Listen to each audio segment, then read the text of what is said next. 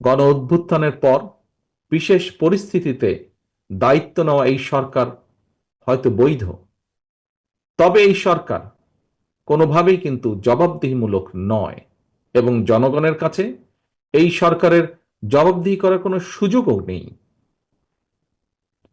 দেশের বর্তমান অন্তর্বর্তীকালীন সরকার 10 মাসেও জাতীয় নির্বাচনের সুস্পষ্ট তারিখ ঘোষণা করেনি। ফলে রাষ্ট্র এবং রাজনীতিতে এক ধরনের অনিশ্চয়তা সৃষ্টি হয়েছে, এবং এই অনিশ্চয়তা সৃষ্টি হওয়ার কারণেই আমরা যদি খেয়াল করি, দেশে অর্থনৈতিক কর্মকাণ্ড বলা যায় প্রায় স্থবির হয়ে পড়েছে। জনগণের ভোটে নির্দিষ্ট মেয়াদের একটি স্থিতিশীল সরকার না থাকায় দেশে কাঙ্ক্ষিত বিনিয়োগও হচ্ছে না।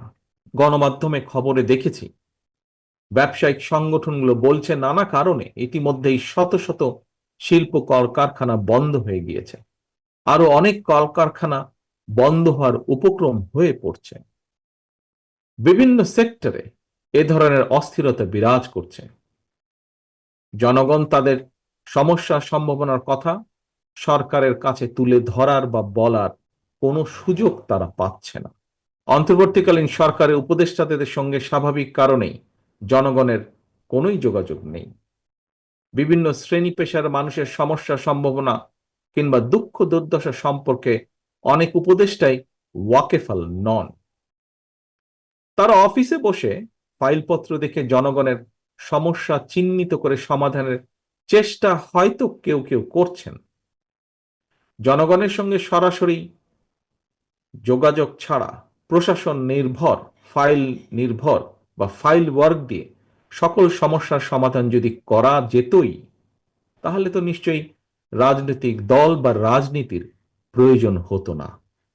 দেশের জনগণ সরাসরি নিজেদের পছন্দের প্রার্থীকে ভোট দিয়ে একটি জবাবদিহিমূলক সরকার প্রতিষ্ঠিত করতে প্রস্তুত। কিন্তু অন্তর্বর্তীকালীন সরকার মনে হয় জনগণের আকাঙ্ক্ষা উপলব্ধি করতে ব্যর্থ হচ্ছে।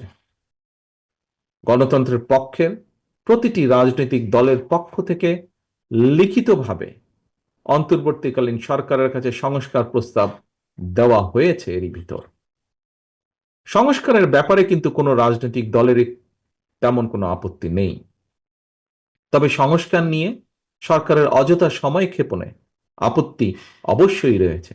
শুধু রাজনৈতিক দলের নয়, রাজনৈতিক দলগুলোর বাইরেও পত্র পত্রিকার মাধ্যমে আমরা দেখেছি বিভিন্ন সংগঠনও এ ব্যাপারে তাদের আপত্তির কথা জানিয়েছে, এ ব্যাপারে তাদের কনসার্নের কথা জানিয়েছে। এবং এ কারণেই আমরা মনে করি প্রস্তাবিত সংস্কার শেষ করে যদি তাদের ইন্টেনশন সঠিক থাকে, গণতন্ত্রের পক্ষে থাকে, আমরা দাবি করেছি ডিসেম্বরের ভিতরে নির্বাচন দিতে, তবে আমি এটাও মনে করি বিভিন্ন বিষয় বিবেচনা করে সংস্কার প্রস্তাব শেষ করে, যেহেতু কম বেশি সকল বিষয় অধিকাংশ দলগুলোর মধ্যে একমত রয়েছে, ডিসেম্বরের আগেও নির্বাচন করা সম্ভব। আমি অন্তর্বর্তীকালীন সরকারের কাছে আবারও আহ্বান জানাই, জনগণের আকাঙ্ক্ষাকে ধারণ করুন, অবিলম্বে ডিসেম্বরের মধ্যেই সুনির্দিষ্ট দিনক্ষণ দিয়ে জাতীয় নির্বাচনের তারিখ ঘোষণা করুন। এখানে অন্তর্বর্তীকালীন সরকারের জয় বা পরাজয়ের কোনো কিছুই নেই, বরং স্বাধীনতা প্রিয় জনগণকে একটি সুষ্ঠু নির্বাচন উপহার দিয়ে গণতন্ত্রকেই বিজয়ী করতে সাহায্য করুন।